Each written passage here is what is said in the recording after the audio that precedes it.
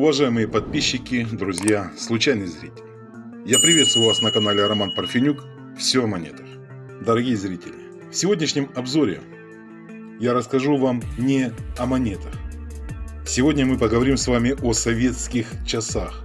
А точнее сказать, кто и зачем скупает советские часы, особенно в желтом корпусе. Наверное, практически каждый из нас видел объявление вроде бы «Куплю советские часы в желтом корпусе». Они часто встречаются на уличных досках объявлений, просто на стенах домов, в социальных сетях, в газетах и так далее. Иногда объявления пишут, что купят такие часы даже в нерабочем состоянии или просто корпуса от них, но обязательно в желтом цвете. Многих интересует, кто и для каких целей скупают эти часы. Так, давайте разберемся, кто вообще может скупать часы, в том числе и только желтые. Итак, давайте разберемся, кто и зачем покупает часы. Вообще скупают часы советского производства по разным причинам. Первая причина. Скупать часы советского производства могут мастера по ремонту часов. В советское время некоторые модели часов стоили довольно дорого. После реставрации их можно продать коллекционерам, готовым платить за такие часы в рабочем состоянии приличные деньги. Ну или просто скупают их на запчасти. Будет чем отремонтировать принесенные клиентам сломанные часы. Вторая причина. Покупать редкие и дорогие часы могут и сами коллекционеры или различные антикварные интернет-магазины по перепродаже таких часов.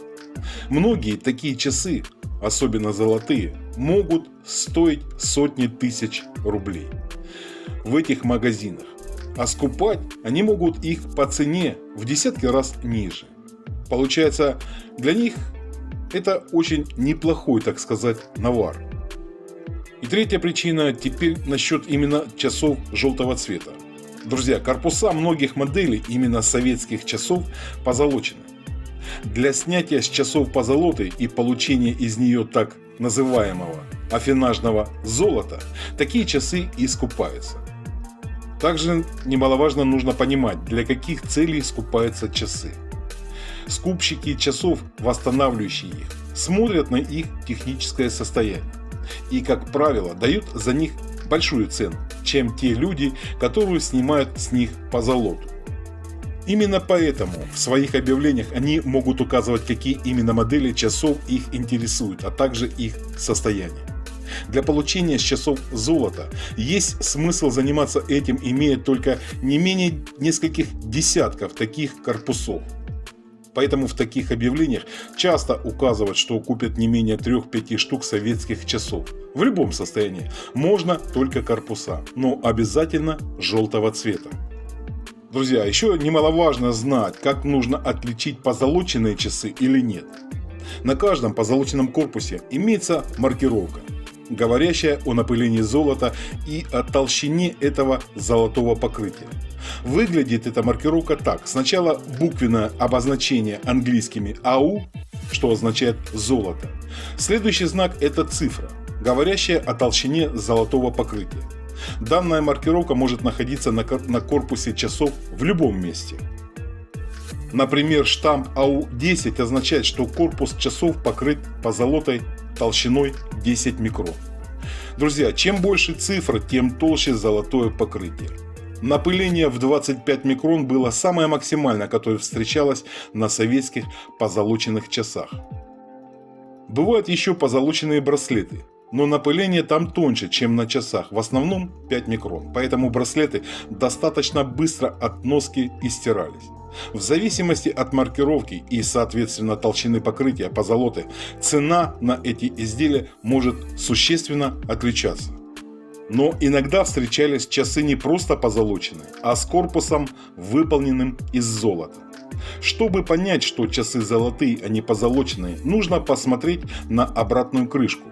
На позолоченных часах она, как правило, белого цвета, без золотого напыления.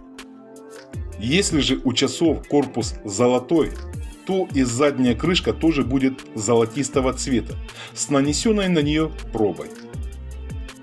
Друзья, еще встречаются часы желтого цвета, но без штампа на корпусе. Если эти часы выпускались в советское время до 90-х годов, то золото там все же есть, но его очень мало по сравнению с часами с пробой. Бывают еще часы с красноватым оттенком корпуса, и не всем понятно, что это за покрытие. Если на корпусе стоит штамп в виде буквы Т, значит они покрыты нитритом титана, и разумеется, золота в них нет совсем. А с 90-х годов массово из Китая пошли часы различных видов и цветов. И как бы они ни блестели золотистым цветом, золото в них отсутствует полностью, впрочем, как и качество.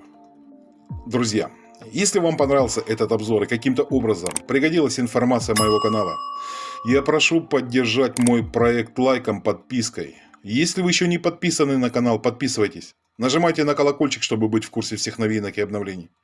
На этом я буду заканчивать. С вами был Роман Парфенюк. Все о монетах. Всего доброго, друзья.